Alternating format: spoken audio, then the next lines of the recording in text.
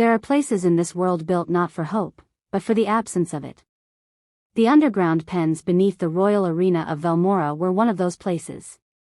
The stone walls wept moisture from somewhere deep inside the earth, and the air tasted of rust and old fear.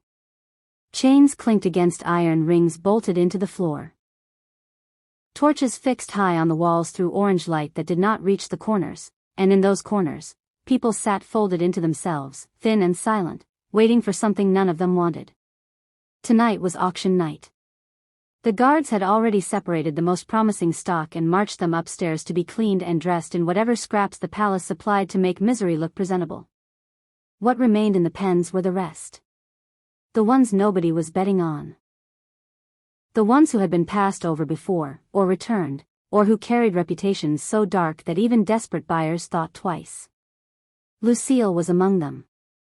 She sat against the far wall, knees pulled to her chest, arms wrapped around herself not for warmth but because holding herself together had become the only habit she trusted. Her dark auburn hair hung loose and tangled over her face, half hiding the bruise along her jaw that had not yet finished deciding what color it wanted to be. Her dress, if it could be called that, was a rough gray shift 2 sizes too large, hanging off one shoulder. Her feet were bare on the cold floor. Her eyes, a deep and quiet brown, were fixed on nothing at all, seeing everything and choosing not to react to any of it. She had learned early that reacting cost energy she could not afford to spend. A man in a dirty guard uniform walked the length of the pen, kicking at boots and bare heels as he passed. "Guard, on your feet. All of you. The king's nobles are already upstairs drinking wine and feeling generous. Let's not keep them waiting." Bodies around Lucille stirred. People rose slowly, stiffly, with the careful movements of those who had learned that moving too fast earned attention, and attention in this place was rarely kind. Nobody helped Lucille up. Nobody offered a hand. Nobody even met her eyes. That was the thing about the curse, as they called it. 3 masters dead in less than 2 years. Each one purchased Lucille with great confidence. Each one was found cold within months. The story had grown teeth in the retelling, and now even the slaves whispered when she moved too close. She was the girl nobody would touch. She stood, steadied herself against the wall, and followed the shuffling line toward the wooden stairs. She did not pray. She had stopped doing that some time ago when it became clear that whatever powers moved through this world had made their position on Lucille Harris perfectly obvious. She was on her own. The great hall above was lit by 100 candles suspended from iron rings.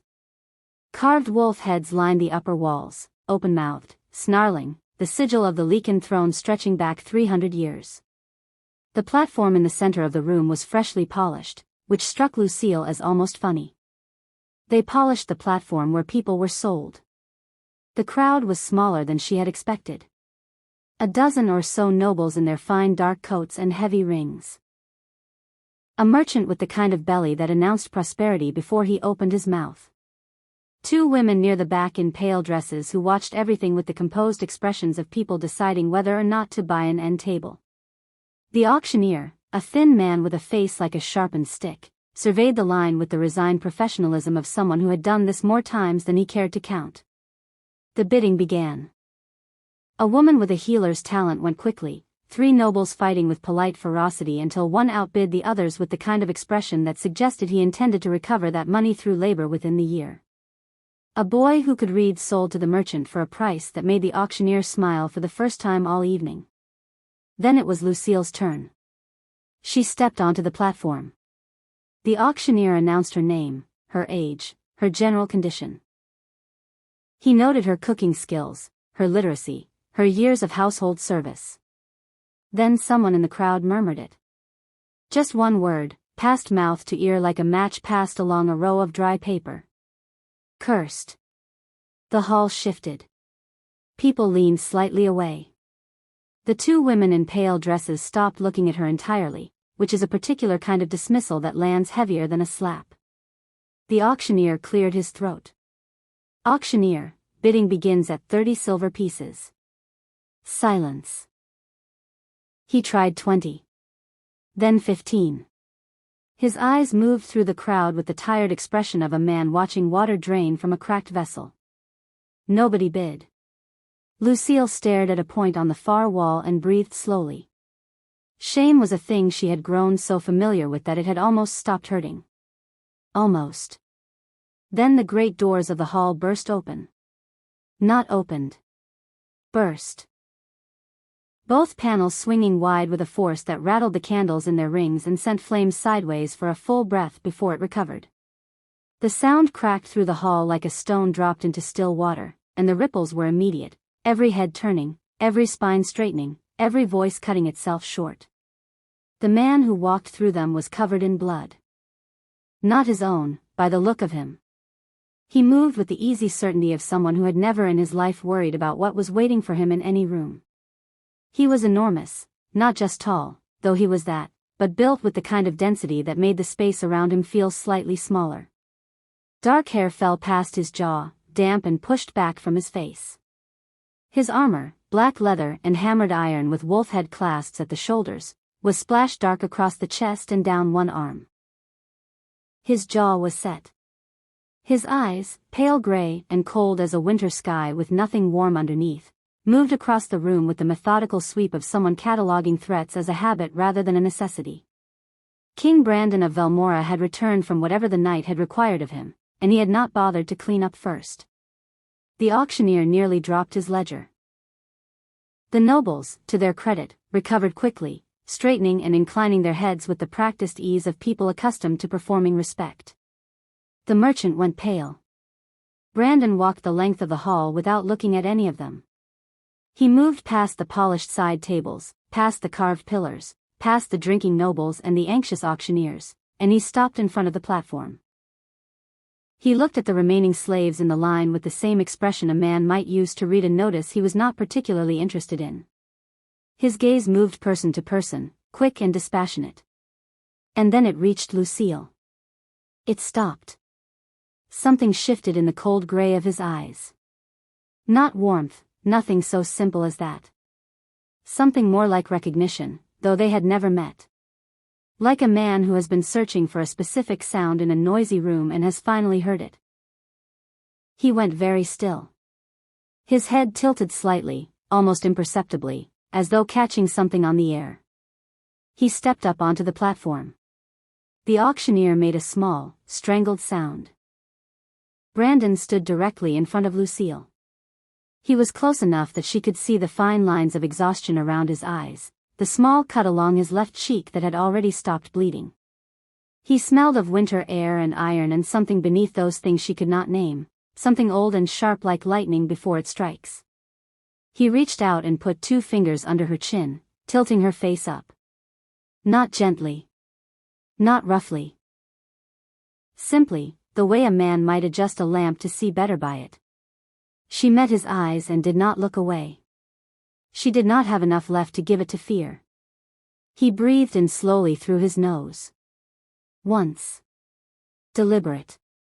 Then something happened to his face that no one in the room could quite describe afterward. The tension in his jaw, the kind that looked like it had been there for years, released. Not completely. But enough. Like a fist that has been clenched too long, allowing itself one careful moment of opening. He turned and looked at the auctioneer. Brandon, this one belongs to me. The hall went absolutely silent. Not the polite silence of people being considerate. The stunned silence of an entire room stopping simultaneously, every breath held, every thought suspended. The 2 women in pale dresses stared. The merchant's wine glass paused halfway to his lips and stayed there. King Brandon of Velmora, who had never purchased a slave, who was known to view the auctions as a political necessity he tolerated rather than participated in, who had turned down offers of noble daughters from 3 different kingdoms, had just claimed the cursed girl nobody would bid on.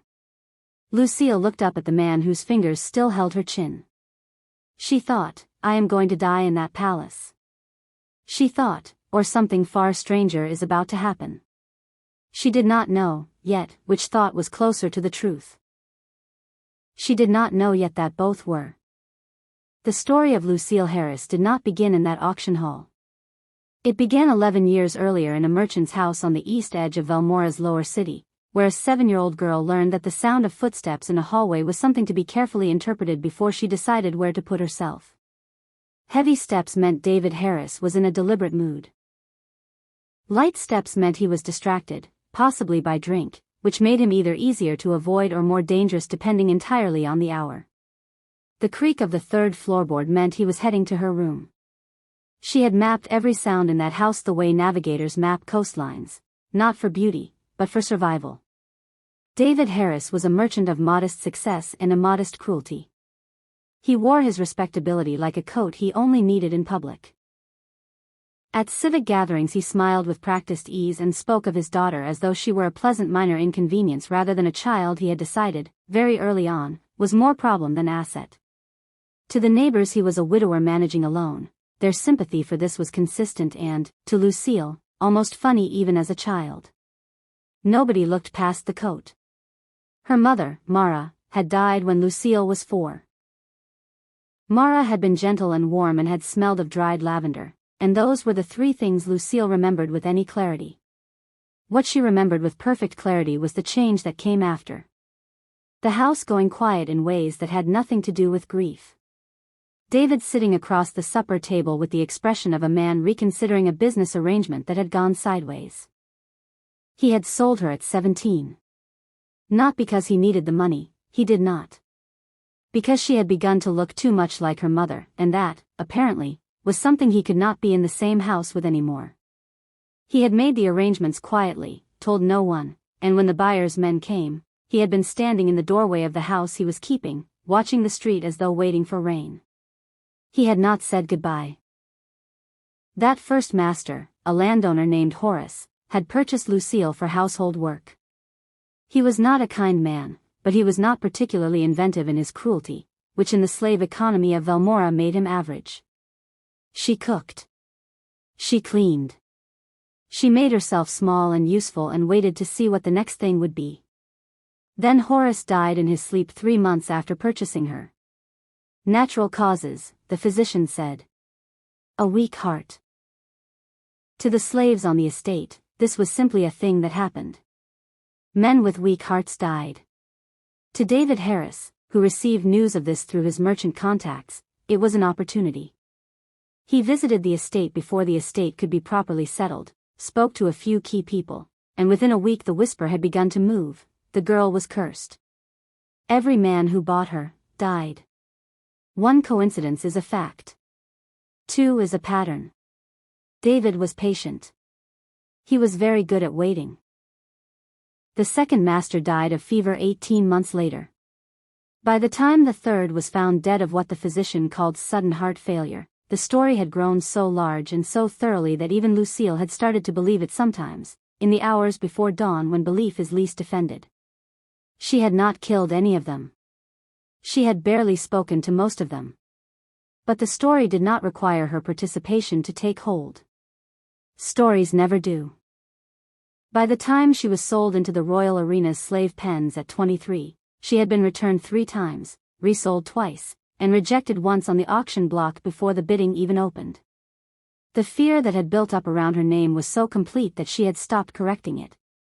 What was the point? The fear kept certain kinds of hands off her. It was the only protection available. She had learned to make peace with things that were not good simply because they were the least bad option on the table. In the pens, a woman named Dana had shown her where to sit so the wind from the grate hit you in summer and missed you in winter. Dana was 40, had been in the system 20 years, and had the face of someone who had survived by being quietly necessary to whoever needed her at the time. She was the first person in longer than Lucille could clearly remember who simply talked to her like a person. Dana, you're the cursed girl. I heard them talking. Lucille looked at her. Lucille, I'm a girl. Cursed is something people decided about me. Dana had tilted her head and studied her with the look of someone recalculating. Dana, well then. Sit here. The corner keeps the draft off your back. That had been 3 weeks ago. In those 3 weeks, Lucille had been to 2 auctions and been passed over both times. She had watched others sold around her with the removed observation of someone watching weather change, noting it, recording it, not expecting it to be anything other than what it was. She had been present at the auction on the night King Brandon came in from battle still wearing someone else's blood on his armor, and claimed her in front of the entire assembled nobility of Velmora. Dana, watching from the side of the hall, had pressed her hand to her mouth. Not from joy. From something between awe and terror, the way one feels watching a storm decide which direction to move. Lucille was put in a carriage immediately after, a proper carriage, with leather seats and a small oil lamp that made the darkness amber rather than black. She sat in it with her hands folded in her lap and watched the lamplit streets of the lower city give way to wider roads and then to the palace gate, which was the largest thing she had ever seen up close. Iron and carved stone, with 2 guards who swung it open without being asked because the carriage bearing the royal crest didn't get asked. She was taken to a room that was clean. That was the first thing she noticed. Not large. Not decorated with the kind of excess that shouted wealth at you. Clean. A bed with a proper frame and a mattress that was not straw. A window with glass in it rather than shutters. A small fireplace with actual wood. A palace servant, a quiet young woman who introduced herself only as Iris, brought water for washing and a dress that was simple but whole, no missing buttons, no worn-through fabric at the elbows. Lucille stood in the middle of the room after Iris left and looked at all of it. She thought, this is a trap. Comfort is often the shape a trap takes before it closes. She sat down on the edge of the bed anyway, because her feet hurt and suspicion does not change the usefulness of a place to sit. From somewhere deep in the palace, distantly, she heard a sound that she would later come to recognize but did not know yet how to name. A low, rolling growl, far below the range of ordinary anger, vibrating through the stone floors like something alive and poorly contained. She pulled her feet up onto the bed and listened. The sound stopped. She did not sleep for a long time after that. Morning came through the glass window in a long rectangle of white light that fell across the floor and climbed slowly up the wall as the sun moved. Lucille watched it happen from the bed, having been awake since before the sky changed color. A knock at the door announced Iris again, this time with bread, a soft cheese, and a cup of something warm that turned out to be a spiced grain drink she had not tasted since her mother's kitchen. She ate quickly, the way people eat who are not accustomed to certainty about the next meal. The second knock was not soft. It was 3 sharp raps with the kind of authority that does not ask if you're ready. The woman who entered was tall, sharp-shouldered, and beautiful in the particular way of someone who has made a decision to be formidable and stuck to it. Her hair was dark, swept up and pinned with a precision that left no room for accident. Her dress was deep blue, practical but immaculate. She looked at Lucille the way one looks at an item that has been placed on one's desk without permission. Erica, I am Erica Voss. I manage the domestic affairs of this palace. I have been doing so for 9 years without incident, and I intend to continue. You will follow the rules here, you will do as you are told, and you will not involve yourself in anything that does not directly concern your duties. Is that understood? Lucille looked at her steadily. Lucille, what are my duties? Erica blinked. It was clear she had prepared for several responses and this was not among them. Erica, that has not yet been determined. The king purchased you last night under circumstances that were not explained to me. In the meantime you will remain in this room and wait. She left. The door did not slam, which somehow felt more pointed than if it had. Lucille waited. The waiting stretched through the morning and into the afternoon, broken only by Iris bringing more food and, at some point, a clean set of clothes folded with the precision of someone who respected their work. Lucille changed, braided her hair back from her face, and sat by the window watching the palace courtyard below where guards ran drills and stable hands moved horses with long, easy strides. She was still there when the door opened again without a knock. Brandon came in the way he had entered the auction hall, filling the space, not violently but completely, the way a fire fills a room not by force but by the simple fact of its presence.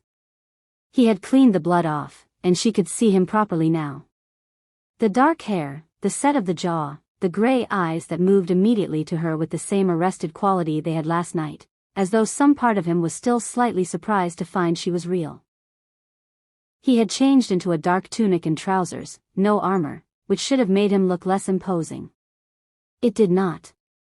He crossed the room and stopped at the window beside her, looking down into the courtyard with the expression of a man reviewing territory. Lucille watched him from where she sat and said nothing.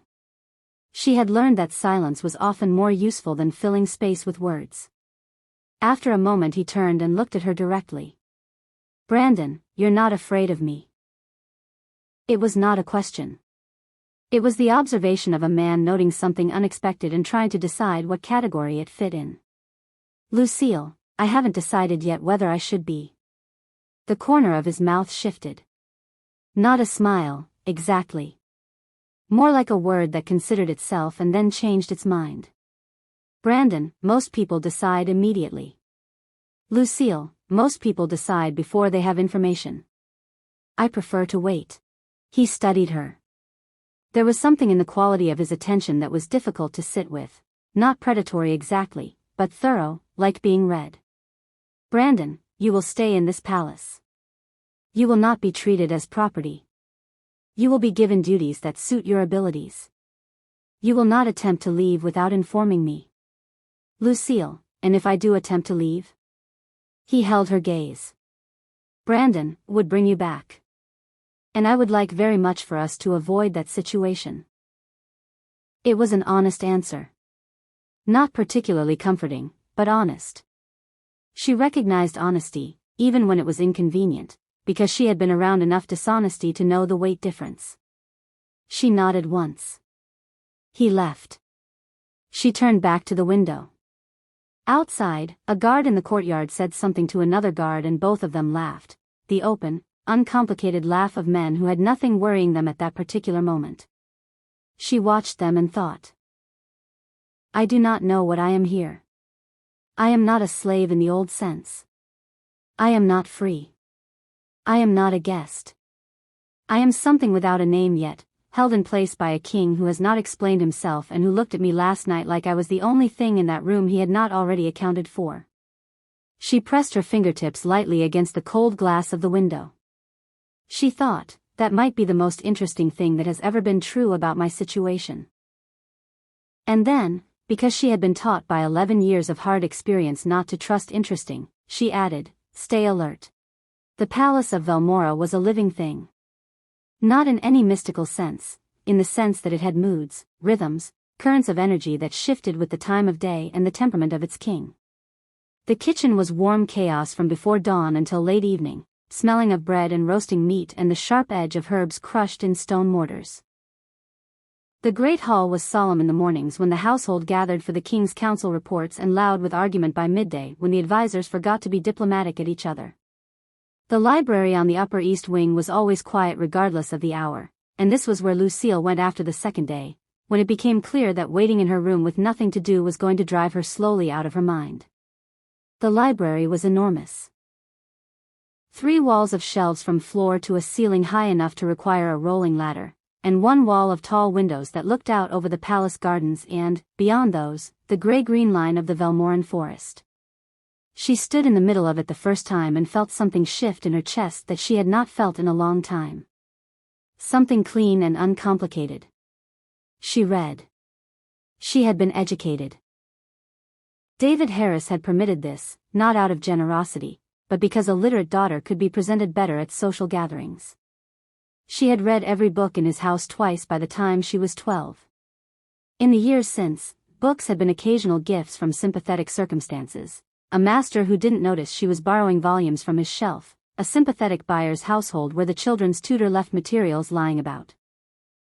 She was 3 chapters into a history of the old Lycan bloodlines when a voice behind her made her flinch. "The library is not part of a slave's designated areas." Erica stood in the doorway with the expression of someone who had found exactly what they expected and resented being right about it. "Lucille, then I'll ask the king which areas are designated. Until I have that information, I am reading a book, which does not seem to be causing any measurable harm to the palace." Erica's jaw tightened. Lucille went back to reading. She was aware that this was not the wisest strategy. Antagonizing the woman who managed the palace domestic staff while one's own position here was entirely undefined. But she had spent enough of her life shrinking to accommodate other people's comfort, and she found she had very little of it left in her. Erica left. An hour later, Iris appeared at the door and said, quietly, that the king had asked to see her. She found Brandon in his study. A large room lined with maps and documents, one long table covered in papers with the organized chaos of a man who had a system other people found impossible to read. He was standing when she entered, looking at a map, which he folded and set aside when she came in. She waited. Brandon, what do you know about the old bloodlines? She blinked. She had not been prepared for that. Lucille, I was reading about them. The Velmoran histories say the original Lycan bloodlines were divided into warrior lines and keeper lines. The warriors carried the shifting ability. The keepers carried something older, something related to balance. Most accounts cut off before explaining what balance meant in practice. He looked at her. Something moved behind his eyes. Brandon, most accounts cut off deliberately. The information was removed. Lucille, by who? Brandon. By people who understood that the keeper bloodlines were more dangerous than the warriors, if they were ever activated. There was a pause. She watched him. He watched her. The quality of the silence was not hostile, it had the texture of two people standing at the edge of something large and deciding simultaneously whether to look down. He seemed to make a decision. Brandon, your duties here are as follows. You may use the library. You will assist Iris in the household records. I understand you can read and write well. You will not go to the East Wing after dark. You will not go to the lower levels under any circumstances. If I summon you, you come. She noted the last one. Lucille, if you summon me. Brandon, I will. Often. Whether you understand why yet or not. He turned back to his maps. She left. In the corridor, she pressed the back of her hand briefly to her jaw and breathed through something she did not yet have a name for. Not quite fear. Not quite the opposite of it. Something with a heartbeat. 3 days later, she found out what the sounds beneath the palace were. She was in the library after midnight. She had not been sleeping well, which was nothing new, when the sounds began again. Deeper than last time. The stone beneath her feet vibrated in a way that was felt rather than heard. And then a sound that raised every hair on her arms. A roar, low and rolling, vibrating up through the walls, carrying inside it something that was not quite animal and not quite human but was entirely feral. She set down her book. Walter, the royal guard she had seen posted near her corridor, appeared in the doorway with the particular expression of a man deciding how much to say. Walter, you should go to your room and stay there tonight. Lucille, what is that sound? Walter, the king's rooms are in the East Wing. The East Wing is off limits after dark. That is the extent of what I can tell you. Lucille looked at him. Lucille, the king is making that sound.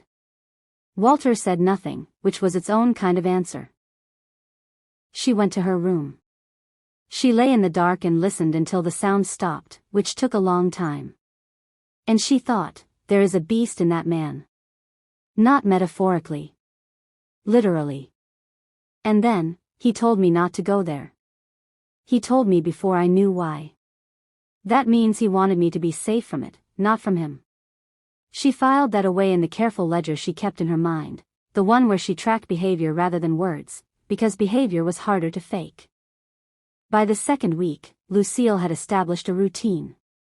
Mornings, household records with Iris, which turned out to be complex enough to hold her attention, supply inventories, staff rosters, maintenance requests written in the cramped hands of men who clearly resented having to write anything. She reorganized 2 years of filing in 3 days, and Iris had looked at her afterward with an expression that was somewhere between gratitude and mild offense at the implication that the previous system had been inadequate. Afternoons, the library. Evenings, wherever quiet was available, which was usually the small garden adjacent to the kitchen wing. Not the formal palace gardens that the nobles used, but the working garden where herbs grew in rows and a single bench sat under an old stone arch that somebody had planted climbing vines on a long time ago. She had found, over these 2 weeks, that she was not being treated as a slave. This was disorienting in a way she had not anticipated. She knew how to navigate cruelty, she had years of practice. She did not know how to navigate being left largely alone and supplied with things she actually needed. The bed was warm. The food was regular and sufficient. Iris was not unkind, even when she was efficient to the point of seeming so. The strangest part was the king. He appeared at unpredictable intervals. Not to issue orders or make demands. He appeared the way weather appears, without announcement, not necessarily welcome, but impossible to ignore. She would look up from her records and he would be in the doorway. She would be reaching for a book on the upper library shelves and hear the door open. She would be sitting on the garden bench in the evening and his footsteps would come around the corner of the arch. He never explained the visits. The first few times she assumed he had questions, about the records, about something she might have encountered. He would stand near her and ask about what she was reading, or about the garden, or about something tangentially related to the household. He did not seem to require answers that were useful. He seemed to require the conversation itself. She noticed, in the days following each visit, that he appeared calmer. She had no framework yet for understanding this. She filed it with the other things she did not yet understand. The 4th week changed things. She was in the library when she heard raised voices in the corridor, not shouting, but the specifically contained aggression of men who are too dignified to shout but are very close to it. She stayed where she was. A few minutes later, Brandon came through the door. He looked wrong. That was the only word she had for it. The cold composure that characterized him was fractured. Not broken, but something under it was pressing outward, straining at the edges.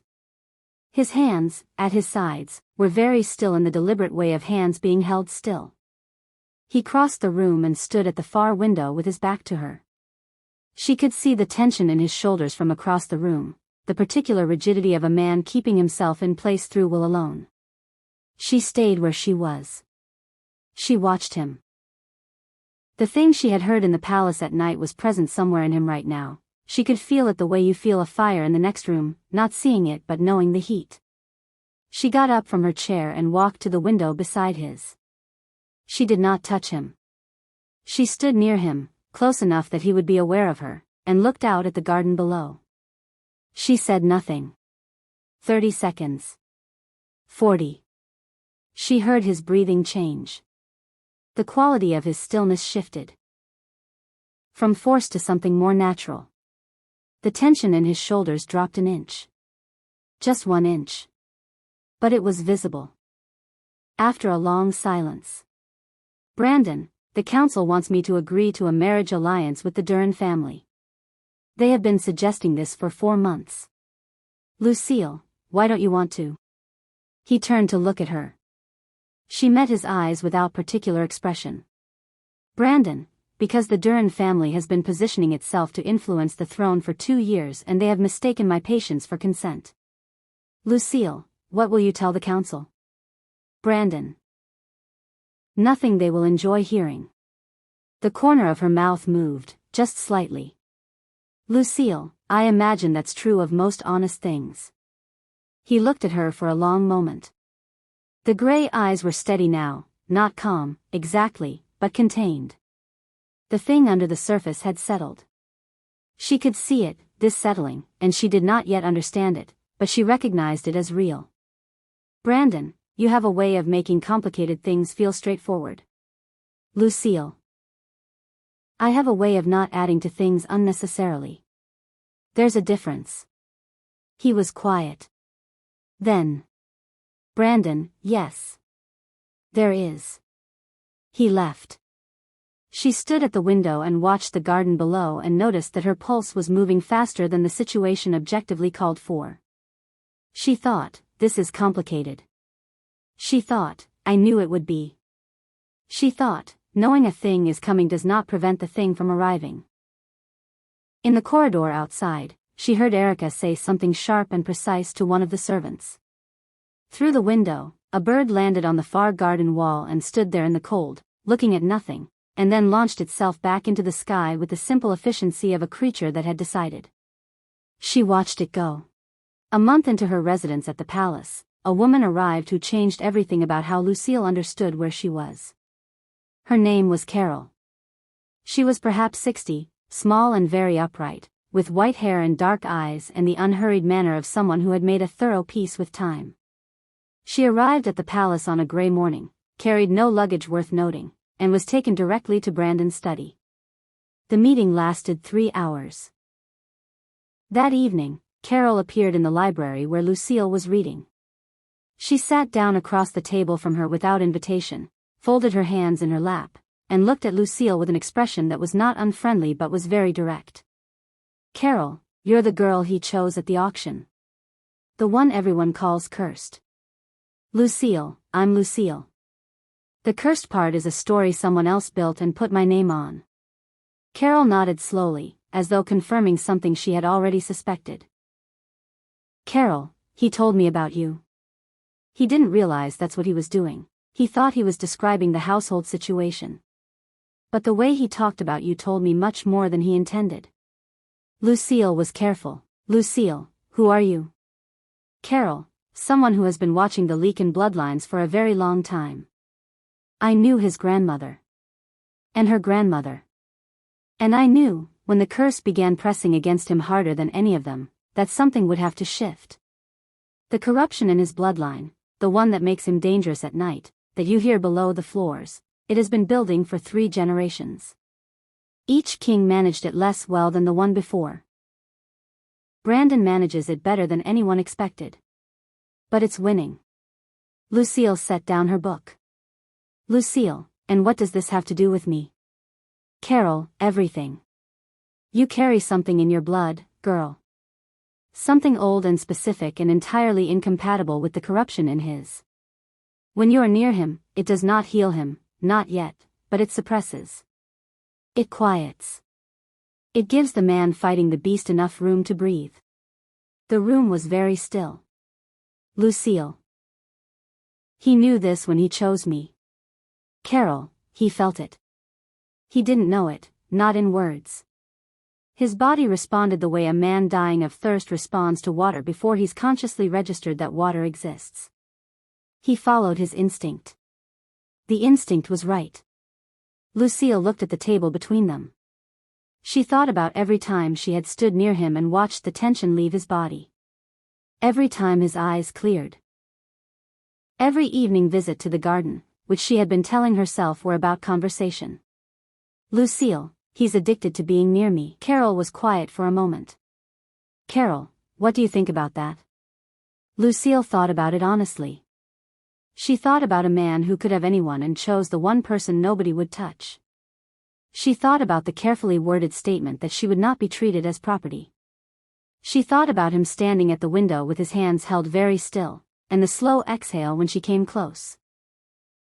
She thought about the fact that none of this was simple and that she was going to have to decide very soon how to hold something that could easily hurt her if she held it wrong. "Lucille, I think it's information. I'll figure out what to do with it." Carol smiled. It was a small, warm, decided smile. "Carol, good. That is precisely the right answer." The nights that followed were different. She knew now what the sounds were. She knew what they cost him. And on the worst nights, when the growling below the floors went on past midnight, she found herself sitting up in her room and pressing her hands together and thinking very deliberately about nothing in particular, the way she had learned to clear her mind as a child when the house was frightening and stillness was the only safety. She did not know, then, that this was doing something. Carol told her later that it was. That the blood she carried did not require her physical presence at a fixed distance, it responded to her intention. Her focus. Her deliberate calm.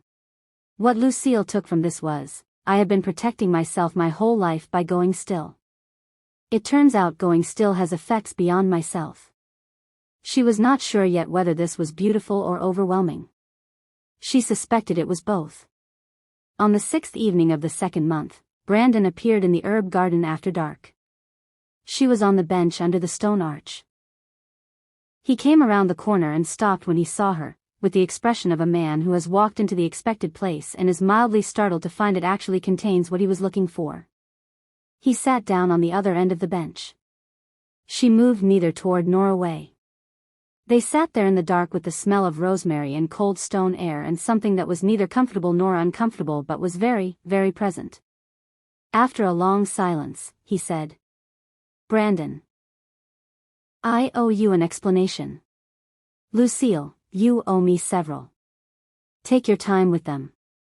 And for the first time in her presence, he did something she had not seen him do yet. He laughed. Just briefly, a quiet, surprised sound that seemed to come from a part of him that had not gotten much use. But real. Entirely real. Just briefly, a quiet, surprised sound that seemed to come from a part of him that had not gotten much use. But real. Entirely real. She looked at him. He looked at her. Something shifted in the space between them, subtle and significant, the way tides shift, invisibly, powerfully, irreversibly. The nobles of Velmora were not stupid. They were, in fact, extremely intelligent people who had spent decades developing the particular kind of intelligence that recognizes threats early and responds to them laterally, never directly, because direct was gauche, and also because direct left evidence. They had noticed the slave girl. More precisely, they had noticed what the slave girl did to Brandon. He was calmer. He made decisions more clearly. His council meetings, which had been shortening in recent months as his temper eroded his patience for procedural disagreement, now ran their full length again. He even asked follow-up questions, which nobody had expected. This was a problem. The man they needed, the man the nobles' various long-term plans depended on, was the Brandon who was losing control. A king consumed by the beast inside him would eventually need management. Would become dependent on advisors for stability. Would make decisions from desperation rather than clarity. That was the Brandon their position required. The stable Brandon was much less useful. Lord Richard, who had been appointed to the council 3 years ago through a political arrangement so intricate that even Brandon had needed a diagram to follow it, convened a small dinner at his estate with 4 specific guests and no dining staff that he didn't entirely trust. They discussed the situation. They discussed it again 3 days later. And then they sent a message to a merchant in the lower city by the name of David Harris, who received it in his comfortable house and read it twice and then sat for a long time by his window with the expression of a man who has been waiting for an opportunity and is now examining it from all sides before reaching out to take it. At the palace, Lucille became aware of the shift in the way a person becomes aware of weather, through accumulation. The way the nobles looked at her when she passed through shared spaces had changed. The comments made near her, not quite to her, had a new edge. Janice, a noblewoman who considered gossip both a hobby and a calling, had been particularly creative with her observations. One afternoon in the corridor outside the great hall, Janice paused near Lucille and said to her companion, loudly enough, "Janice. It is remarkable, isn't it, how some women find their way into positions of comfort through means that most of us would not dignify with description. I suppose when one has no lineage, one improvises." Lucille stopped walking. She turned and looked at Janice with the steady, uncomplicated directness that had always been her natural mode when she stopped working to suppress it. "Lucille, you're describing improvisation as though it's something to be ashamed of. I've found that people who've never had to improvise often mistake their comfort for competence." Janice opened her mouth. Closed it. Lucille walked on. From somewhere behind her, she heard Erica's voice addressing Janice in a tone that was not quite a reprimand but was adjacent to one. She had noticed, over the past weeks, that Erica's open hostility had been quietly repositioning itself. Not into warmth, Erica was not built for warmth, but into something more like professional respect, which from Erica was functionally equivalent. The assassination attempt, when it came, was subtle. It was not a blade in the dark. It was a glass of herb water placed on the garden bench where Lucille sat every evening, placed there, she was told later, by a servant who had received an extra coin and been told it was a gift from the kitchen staff. The herbs in it would not have killed her. They would have made her very ill, in ways that would have required her to leave the palace for recovery. The intention was separation, not murder. Getting her out from between Brandon and his corruption. Dana, who had been transferred to the palace on Lucille's quiet request 2 weeks after she arrived, because loyalty is the first thing you protect when you have been given the ability to protect something, saw the drink placed on the bench from the kitchen window. She recognized the servant. She knew the servant had no reason to be in that garden. She replaced the water with plain water from the kitchen and said nothing to Lucille until the following morning. Dana. You have enemies who are smarter than they look. The kind who don't want you dead, they want you gone. Dead makes questions. Gone makes silence. Lucille sat with this information and turned it over. Lucille, who delivered it? Dana, a boy from the outer kitchen. He's not your enemy, he's a tool. The enemy is whoever paid him. That evening, when Brandon appeared in the garden, Lucille said. Lucille, someone tried to remove me from the palace yesterday. Not by force. By making me temporarily unable to be here. He went very still. Brandon, tell me everything. She told him. She watched him listen and watched, with a kind of grim fascination, as the thing under the surface pressed outward again. The careful, controlled man she had come to know was working very hard at staying in control, and the effort was visible in every muscle in his jaw. Brandon, you are not to be touched. I made this clear when you arrived. Lucille, you made it clear to the household. Someone operating outside the household didn't receive the message. He stood and said nothing for a long moment, and she could see him calculating. Not just reacting, but calculating, which meant the man was winning over the beast for now. Brandon, I will find who is responsible. Lucille, I know. I'm telling you because you should know. Not because I need you to rescue me from something that hasn't happened yet. He looked at her. For a moment, something in his face was entirely unguarded, something raw and precise that she had not seen there before and that she did not have the vocabulary for yet. Something that looked, if she were honest about it, very much like the beginning of something large and irreversible. He nodded once. And left. Walter assigned 2 additional guards to her corridor that night, which she had not asked for and did not object to, because there is a pragmatism to accepting protection when it costs nothing and the threat is real. There was a seer in Velmora. Not the kind that sat in marketplaces with cloudy bowls of water and sold predictions for a coin. The kind that had been attached to the Lycan throne for 200 years, bound to it by an oath older than the current dynasty, keeping records of bloodlines and prophetic interpretations that were not for public discussion. The current seer. An old man who went simply by his title and who had the specific physical quality of a person who has seen so much that ordinary things had ceased to register, had been summoned by Carol. Lucille was present. She had not precisely been invited. She had been told that Carol wished to speak with her in the throne room's antechamber at mid-morning, and when she arrived, the seer was already there, standing by the window in the posture of a man who had been standing in interesting positions near windows for the better part of a century and had made his peace with it. He looked at Lucille when she entered. He looked at her the way very few people had ever looked at her.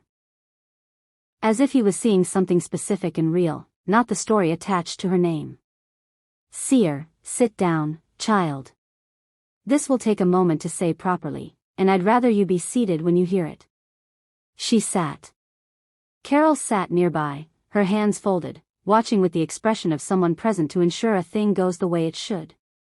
The seer set a worn leather volume on the table between them.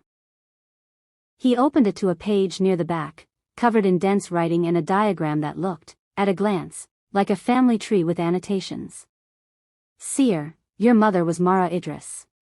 Before she married your father she carried the name of a bloodline that was believed to be extinct, the Idris Keeper line. The oldest of the 3 Keeper bloodlines. The one the Lycan histories redacted because it was the only bloodline ever documented as capable of binding the corruption that plagues the warrior lines. The room was very quiet. Lucille, my mother's family. Seer, was the last living branch of the Idris Keepers. Your mother passed the blood to you. You carry it fully, undiluted, unbroken, which is rare enough to be extraordinary. Your father knew this. He did not know what it meant precisely, but he knew that your mother's family had been hunted once and that knowledge of your bloodline was dangerous. Lucille was very still. Lucille, he sold me to protect himself. Seer. He sold you and then began building a story around you to ensure nobody would look too closely. Dead masters were a story.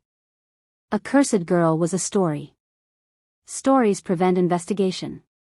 She had known, somewhere below conscious thought, that the curse was not hers.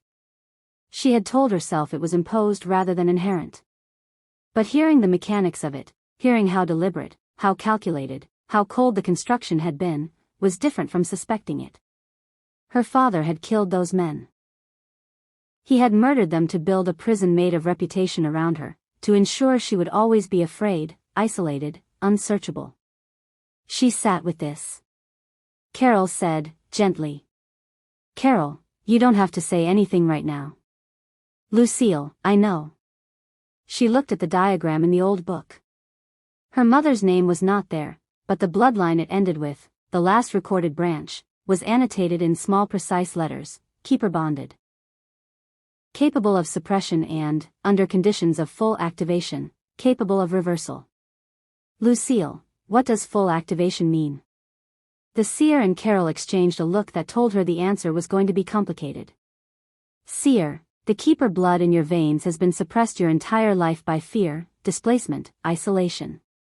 The conditions of your life, your father's deliberate conditions, were designed to prevent it from activating. In its full expression, it does not merely suppress the corruption. It can reverse it entirely. Permanently. She looked at him. Lucille, I can heal him. Seer, if you choose it. If the activation conditions are met. If the bond between you and the king is real rather than circumstantial. She thought about the bench in the garden. The laugh she had heard once, brief and surprised. The way he stood at windows. She thought about a man who had chosen her without understanding why, and had held to that choice through weeks of political pressure and council disapproval and a nobility that thought him foolish. She thought, the bond between us. And then, is it real? And then, with the terrible honesty she had always insisted on even when it cost her, yes. That evening Erica found her in the corridor outside the antechamber and fell into step beside her without preamble. Erica, I owe you an apology. Lucille, for which part? Erica, the part where I assumed you were a manipulation. I was wrong. What you are, what you're doing here, I understand it better now. And I was wrong to make your first weeks here harder. Lucille looked at her. Erica was not comfortable with this. Her jaw was set in the way of someone doing a thing they have decided to do regardless of how it feels. There was something respectable in that. Lucille, you were protecting him. From what you thought I was. I can understand that even when it isn't pleasant to be on the receiving end of. Erica nodded. Once. Short. Final. And that was, in its way, the beginning of something. The poison entered the palace in a wine barrel. It was not crude. Crude poison was for people who couldn't afford patience. This was the product of someone who understood Lycan physiology specifically, who knew that certain compounds, when administered in sufficient quantity to a Lycan bloodline, did not kill but destabilized. Stripped away the psychological controls that kept the beast in check, flooded the body's systems with a rage that was not the individual's own but the creature's, raw and undirected and catastrophic. Richard had acquired it at considerable expense from someone who preferred not to be identified. The barrel arrived with a shipment from a legitimate wine merchant, documented properly. It was opened at a council dinner and served without distinction. Brandon drank 2 glasses over the course of 4 hours, which was moderate by the evening standards. By midnight, the palace sounded like the inside of a storm. The growling that Lucille had heard on other nights was always contained, always below the floors, always suggesting managed constraint. This was not contained. This came through the walls. Through the ceiling. The stone beneath her feet shook in long, rolling tremors. Glass rattled in her window frame. Iris appeared at her door, pale. Iris, you need to go somewhere safe. Erica is gathering the household staff in the east kitchen. Stone walls, reinforced door. Lucille, where is he? Iris, his chambers. The guards have been pushing back, but 3 of them are injured. Lucille, the east kitchen. Lucille, is not where I need to be. She moved before she fully finished deciding. The east wing was chaos. Walter was in the corridor outside Brandon's chambers with 2 other guards, one of them holding a bandaged arm, all of them with the expressions of men who know they are doing something futile and are doing it anyway because it's what they have. Walter, Lucille, you cannot go in there. Whatever is happening to him, he is not himself. He cannot. Lucille, he won't hurt me. Stand aside, Walter. He looked at her. She looked back. She was not performing certainty she didn't feel, she was operating on the information she had, which was, she was the one thing that quieted whatever was destroying him from inside. If there was a moment for that to matter, it was now. Walter stepped aside. She pushed the door open. The room had been taken apart. Not all at once, piece by piece, the way a room gets taken apart by something that is not quite in control of its own strength. The long table against the far wall was split. The window shutters hung crooked. Tapestries that had probably been on those walls for decades were on the floor. Brandon was in the center of the room. He was still recognizably himself, still human in form, but barely. His eyes, when they swung toward the door, were not gray. They were pale gold, shot through with something ancient and terrible. His hands were extended at his sides with the fingers slightly curved. A sound was coming from his chest that she could feel in her own ribs. She stepped into the room. The gold eyes locked onto her. She walked toward him. She moved the way she had moved through her childhood, carefully, without sudden motion, with all of herself organized towards stillness. She breathed slowly and let every deliberately calm exhale carry something outward. She did not know the mechanics of it. She only knew that it worked, and it needed to work now, more than it had ever needed to before.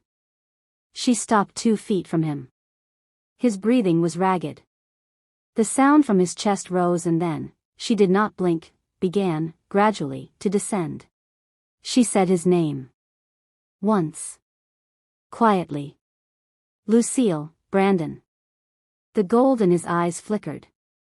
She watched it fight itself, the thing inside against the man, and she stood there and did not move and did not look away and breathed out slow and deliberate and was present, was entirely present, with everything she had. Gray returned to his eyes. Slowly. Like dawn coming up through something dark. He dropped to one knee. Not deliberately. His legs simply gave. She went down with him, her hands on his face, tilting his head up so his eyes stayed on hers. His breathing came in great shaking exhales. His hands found her wrists, not gripping, just resting, like a man who needs to know where the ground is. Brandon, I could have. Lucille, you didn't. Brandon, I nearly. Lucille, nearly is not the same as. You are here. Stay here. He breathed. She breathed. The room was wrecked around them and the night was cold through the broken shutters and none of that mattered for a moment. From outside the door, Walter said quietly. Walter, is he? Lucille, he's himself. Come in. While Walter and the guards helped stabilize the room, Dana appeared from somewhere sensible. Dana always appeared from somewhere sensible, with water and the kind of practical, unflustered competence that Lucille had come to value more than she could adequately express. Lucille sat on the floor beside Brandon and did not move away. He said, after a long time. Brandon, they will say you did this to me. The nobles. They will say whatever gives them the story they need. Lucille, then we will need a different story. A true one. He looked at her. In the quieted gray of his eyes, in the ruins of the room, something crystallized between them that had been building since a cold auction hall and a pair of fingers under her chin. Neither of them said the name for it. Not yet. But it was there, and it was real, and real things have a way of eventually demanding to be spoken. It was Erica who found the letter. She had been conducting, quietly and without fanfare, her own investigation of the wine barrel since the night of the poisoning, not because anyone asked her to, but because Erica Voss managed the domestic affairs of this palace and a poison had entered through her domain and that was personally and professionally unacceptable to her. The letter was in a locked box in Richard's estate accounts, which Erica accessed through the kind of social engineering that had nothing to do with locks and everything to do with knowing which secretary needed to feel understood. It was addressed to David Harris and it outlined, in language that tried to be circumspect but was ultimately just incriminating, a plan to destabilize the king through the acquisition and subsequent removal of the Idris keeper. Referring to Lucille by bloodline rather than name, which suggested Richard had known what she was before Brandon chose her. Erica brought it to Lucille first. Not to Brandon. To Lucille. Which told Lucille more about where things had shifted than any explicit statement could have. They were in the library, both seated, the letter between them on the table. Erica, your father has been in this palace. Not recently, but he has met with Richard 3 times in the past 4 months. The records are in the estate accounts if you know what you're looking for. He has been providing intelligence about you, your bloodline, your history, your relationship with the king. He has been an instrument in every action taken against you since you arrived here. Lucille read the letter twice. She set it down. She had built, over the years, a very specific structure inside herself for handling things about David Harris. It was not forgiveness and it was not rage, it was something more like a sealed room. A place where she had put every specific hurt and closed the door on it because opening it served nothing. She was aware that the door was not going to stay closed much longer. Lucille, he was here. In this palace. While I was living in it. Erica, 3 times. During council events that opened the gates to approved merchants. Lucille stood up. She moved to the window. She looked out at the garden, the herb garden with the bench under the stone arch, the place she had started to think of, in a careful and cautious way, as her own, and breathed. She thought about the 7-year-old who had mapped footsteps. She thought about the girl standing on an auction platform while nobody bid. She thought about sealed rooms and closed doors. She thought. Enough. Not in anger, or not only in anger. In something quieter and more decided than anger. The kind of enough that comes from the bottom of a long and patient wait. Lucille, we take this to Brandon. Tonight. They did. Brandon's response was precise and cold and controlled, which was, she understood now, what control cost him, not effortlessness, but an extraordinary amount of effort made invisible. Brandon, Richard will be brought before the council tomorrow. The charges will be made public. I want every letter, every account record, every meeting documented, all of it presented in full. Erica, there will be resistance. Richard has allies. Brandon, his allies can explain themselves alongside him. He looked at Lucille. Brandon, David Harris will be found and brought here. She held his gaze. Lucille, I want to speak to him. Before anyone else does. He was quiet for a moment. Brandon, you'll have that. They found David Harris the following morning at an inn on the lower city's Merchant Road.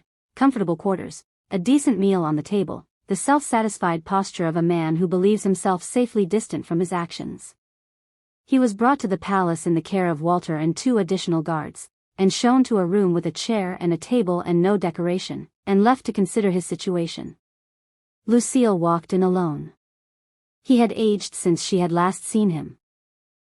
He was heavier through the shoulders and his hair had gone entirely gray and he wore it with the deliberate care of a man for whom appearance remained a tool. He looked at her when she entered with an expression she recognized, the one he wore when recalculating. She sat down across from him. She did not speak immediately. She let the silence build, which was something she had learned from him, that silence creates discomfort in the person who has something to hide. David, well. You've landed somewhere unexpected. Lucille, the masters who died. You killed them. Not a question. He had taught her to read people and she was reading him, and what she read in the slight tensing at the corners of his eyes was confirmation before he opened his mouth. David, you were always more dangerous than you looked. Lucille, I was a child. Then I was a young woman who had done nothing. You built a cage out of a story and put me in it because knowing what I am frightened you. He looked at her. For a moment, one moment, something crossed his face that was not quite shame but was in the general direction of it. And then it was gone. David, I kept you safe. Lucille, you kept yourself safe. The difference matters. She stood. She thought she would feel more, here, in this room. She thought the sealed door would blow open. Instead she felt something more like a final accounting, a ledger being closed. The number owed to her was not going to be paid by this man. He had no currency that covered it. And understanding that was, in its way, a release. She walked to the door. Lucille, you will answer to the king and to the council for what you've done. That's not my verdict. It's just what happens next. She left without looking back. Walter was in the corridor. She walked past him without pausing. He fell into step beside her, which was all the company she needed. The council assembled 3 days later in the Great Hall. Every noble family of standing was represented. The Merchants' Guild had sent an observer. The seer sat in the high seat reserved for his office, his ancient hands folded on the table, his expression the unreadable one of a man who already knows the ending. Richard was presented with the evidence against him. He managed, for several hours, a defense that was technically coherent. Denying knowledge of the poison's specific origin, questioning the chain of custody on Erica's documents, suggesting that his correspondence with David Harris was a misunderstood business arrangement. Brandon let him speak. Then he had Carol stand and speak. And then the seer. And then Erica, who delivered documented testimony with the precision of someone who had been preparing for this since the morning she found the letter. Richard went silent. The hall was very quiet. Brandon stood. He was in the formal state dress today, the dark coat with the wolf head clasps, the sword at his side that was ceremonial but real. He looked at the assembled council with the expression Lucille had seen him wear when he had made a decision completely and was now simply delivering it. Brandon, this kingdom has, for 3 generations, operated a system of laws that permitted the treatment of human beings as property. I have tolerated it because change requires careful navigation, and I was told, by wiser people than myself, that impatience breaks things before they're ready to bend. I have been patient. I have been too patient. A woman was sold by her father, hunted by her bloodline, isolated by deliberate cruelty, and made to stand on a platform in this very hall while nobody bid on her. And what she survived, and what she carries in her blood that has the potential to save this entire kingdom, was nearly destroyed by men in this room who preferred a damaged king to a whole one because a damaged king was easier to control. The room was entirely still. Brandon, the slave trade in Velmora is finished. Effective today. Every slave contract is dissolved. Every person held under those contracts is free. The nobles who operated under the system will have 60 days to document compliance. I am not asking for opinion on this. I am announcing it. Someone at the far end of the table began to speak. Brandon looked at him.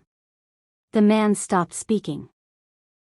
Lucille, standing at the side of the hall with Erica and Dana, felt something she had not allowed herself in a very long time. She felt hope. Not the cautious kind. The real kind. Brandon then did something that nobody in the room had predicted. He turned and looked directly at Lucille. And then he walked toward her. The great hall of Velmora went absolutely silent as the Lycan King crossed the floor and stopped in front of the woman who had stood on the auction platform 6 months ago while nobody bid. He stood before her and, for the first time in the public memory of anyone present, he knelt. Not with the performance of a political gesture. With the simple and total acknowledgement of a man saying something he has known for some time and is now ready to say out loud. He looked up at her. Brandon. You were never my slave. You were always my salvation. And if you will have me, not as a king, not as a master, but as a man who is asking because he cannot think of a single future that makes sense without you in it, then I am asking." Lucille looked down at him. She thought of Carol's saying, "The bond between you must be real rather than circumstantial." She thought of a bench in a garden. A laugh she had heard once. A man holding her wrists in a rec room, needing to know where the ground was. She thought, "I have spent my whole life bracing for things to go wrong at the moment they begin to go right." And then she thought, "Not this time." She put out her hand. He took it. He rose. Behind them, Janice, who had said terrible things in corridors and had spent the last 3 days reconsidering her choices, made a sound that was almost a sob and was definitely trying to be something more composed. Dana quietly handed Erica a handkerchief. Erica took it with a dignity that suggested she was not crying and had no plans to do so, and then used it. The seer looked out the window. Carol, seated at the back, smiled the smile of someone who has seen the ending and was patient enough to wait for it. The full activation, when it came, was not dramatic. It was a morning, 3 months after the council declaration, quiet and cold, with snow coming sideways across the palace gardens. Lucille and Brandon were in the library. He had developed, over the preceding months, the habit of reading in the same room as her, which she had observed with amusement and chosen not to comment on. She reached across the table to pass him a document from the seer regarding the old bloodline records, and their hands touched. Something moved through her, warm and deep and old, like a river that has been blocked for a long time finally finding its full channel. The keeper blood, long suppressed by fear and displacement, recognized its condition and its moment simultaneously. Brandon went very still. Then he exhaled. It was the deepest exhale she had ever heard from a human body. Like a building releasing weight it had been carrying for years. Like a man putting down a stone so heavy he had forgotten it was heavy because he had been carrying it so long. He looked at his hands. He looked at her. "Brandon, it's quiet." She knew what he meant. "Lucille, yes." "Brandon, I had forgotten what quiet felt like." She had nothing better than honesty, so she gave him that. "Lucille, so had I." Outside the window, the snow was coming down in the particular way of Velmoran winters, heavy and slow and completely indifferent to anything happening inside buildings, which was, she had decided, the right attitude. A year after that, in the spring, when the herb garden under the stone arch was green again, Esther was born. She came into the world at dawn, which Brandon pointed out was either poetic or simply a coincidence, and he'd been told that kings weren't supposed to be cynical about their children's birth timing. Lucille, who was exhausted and satisfied and not in the mood for philosophical distinctions, told him he could be whatever he wanted as long as he held his daughter while she slept for the next 4 hours. He held Esther with the specific careful terror of a man who handles large things every day and is confronted with something small and finds that all of his calibration is suddenly wrong. She was very small. She had her mother's eyes and her father's jaw and Dana's complete lack of patience for anything she didn't want, which everyone who saw her agreed was the most encouraging sign of all. The palace changed in the years that followed. Not overnight, real change never does. But steadily, the way a river changes a bank, consistently, in one direction, eroding what was and building what comes next. The slave contracts dissolved and were not replaced. Some nobles who had depended on that system found alternative arrangements. Some didn't, and made their resentment known, and were allowed to make it known because that is what democratic stability requires, the right to be unhappy without being erased. Richard was tried and stripped of his seat. He moved to the Northern Territories and was, by all accounts, moderately miserable, which was precisely what the situation called for. David Harris was tried separately, on counts of murder, the 3 masters Lucille had been blamed for, and imprisoned. He did not look at Lucille during the proceedings. She sat in the public gallery and looked at him and thought, "You made me small enough that nobody would look at me closely. And that is how I survived long enough to find the one who looked first." She did not say this. She thought it, and it was hers, and it was enough. Carol stayed at the palace. She had the East sitting room and a very large collection of books and strong opinions about morning tea temperatures, and she was exactly as content as a woman who has been watching bloodlines for a century can be when the one she's been waiting for finally comes right. Erica ran the palace. This had not changed. What had changed was that she and Lucille had developed the particular friendship of two very stubborn women who respect each other's stubbornness and have stopped trying to be anything other than what they are. It was not warm. It was real. In Lucille's experience, real was better. On Esther's second birthday, Brandon stood in the garden with his daughter on his hip and his wife beside him and said, with the directness that was simply how he spoke, "Brandon, I am happier than I have ever been. I want you to know I am aware of that." Specifically. Lucille looked at him. She thought of the auction hall. The cold platform. The moment nobody bid. She thought of how the worst night of her life was the night everything started. She thought, I do not believe in curses anymore. Not as foreign things that land on you and ruin you. I believe in hard times. And I believe in the strange and specific grace of coming through them into something you didn't know was waiting. She reached up and took Esther from his arms, and her daughter grabbed her braid with both hands and pulled with the joyful determination of a child who has decided this is exactly what braids are for. She laughed. He laughed. The herb garden was green, and the snow was months away, and the wolf-head sigil on the palace gate turned gold in the afternoon light. The story of the cursed slave girl who ruined everything she touched ended here. The story of the woman she had always been was just beginning. Subscribe to see how this unfolds and comment where you're watching from. I will love to say hello to you, just to know how far our story is going. What this story teaches us. 1. Your worth is not determined by how you are treated. Lucille was sold, rejected, called cursed, and passed over on every auction platform she ever stood on. None of that was her identity. None of that was the truth about her. The story other people tell about you is not you. The world will often decide your value before it knows your name, and it will be wrong. Your actual worth lies in what you carry, not in what others are willing to pay for it. 2. Silence and stillness are forms of strength, not weakness.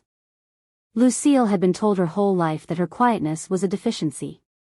It turned out her stillness was the thing that saved a kingdom. Not all power looks like noise. Not all strength announces itself.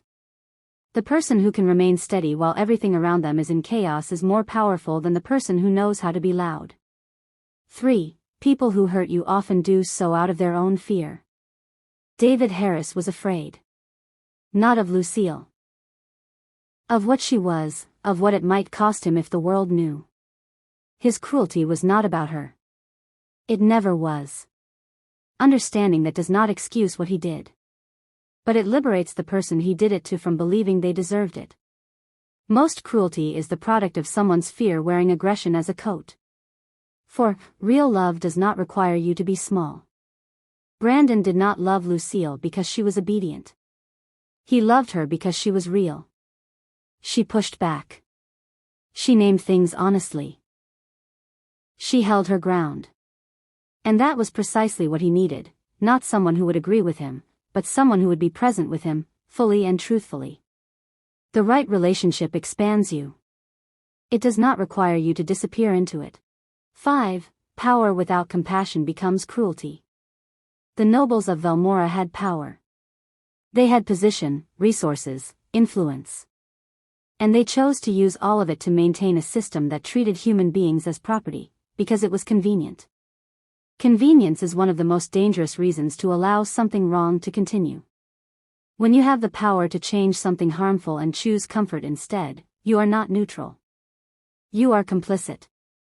6. Healing is not instant, and that is fine. Lucille did not trust easily. Brandon did not open easily. Their relationship built slowly, through small consistent actions, a conversation, a choice to stay, a truth told at inconvenient timing. Healing from real hurt takes real time. Anyone who tells you to get over something quickly has not understood how deep the roots of damage go. Give yourself the time. 7. Your past does not have to be your address.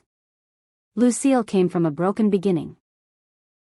She was sold, feared, isolated, and named by a story designed to imprison her. She did not end there. The beginning of a story is not its conclusion. Where you start is real, and what you went through is real, but neither of those things determines where you are going. You are allowed to become something your beginning did not predict.